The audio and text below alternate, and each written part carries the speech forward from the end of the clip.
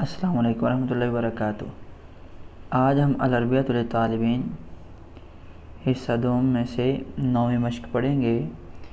اس مشق کو حل کیسے کرنا ہے؟ شروع کے اندر یہ پہلا جو پورشن ہے سوالیہ انداز میں لکھا ہوا ہے، آگے ہم نے نعم کے ساتھ اس کا جواب دینا ہے، اور جواب کے اندر ہم نے تعالی اور تعالی تعالو یہ جو اسم فعل بمعنی امر جو ہیں ان کا استعمال کرنا ہے، اور آپ کو پتہ ہے کہ جو امر کے جواب میں آتا ہے وہ مجزوم ہوتا ہے، اس لیے ان کے بعد آنے والا فعل وہ مجزوم ہم لکھیں گے۔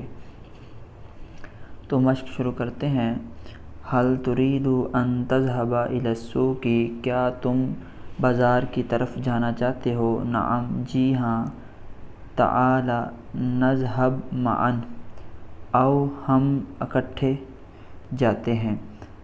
حل تريدين ان تذهبي الى المقصف، کیا تم کینٹین کی طرف جانا چاہتی ہو؟ نعم، جی ہاں۔ تعالی، آؤ، نذهب، ہم جاتی ہیں، معا، اکٹھی۔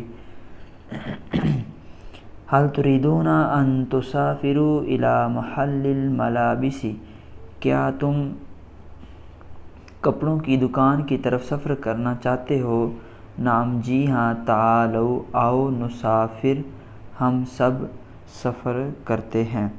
حل تريد ان تتعلم اللغة العربية، کیا تم عربی لغت یا عربی زبان سیکھنا چاہتے ہو؟ نعم، جی ہاں۔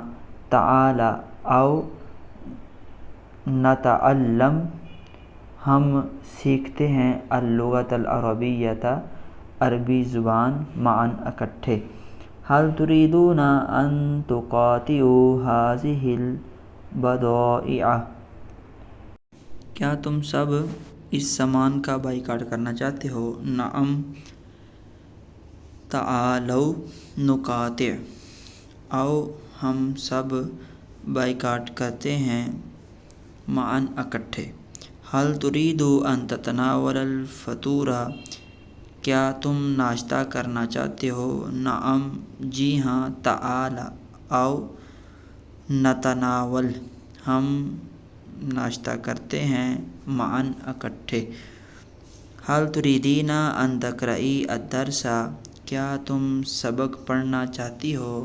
نعم، جی ہاں۔ تعالی، آؤ، نقرأ، معا، ہم اکٹھا پڑھتی ہیں۔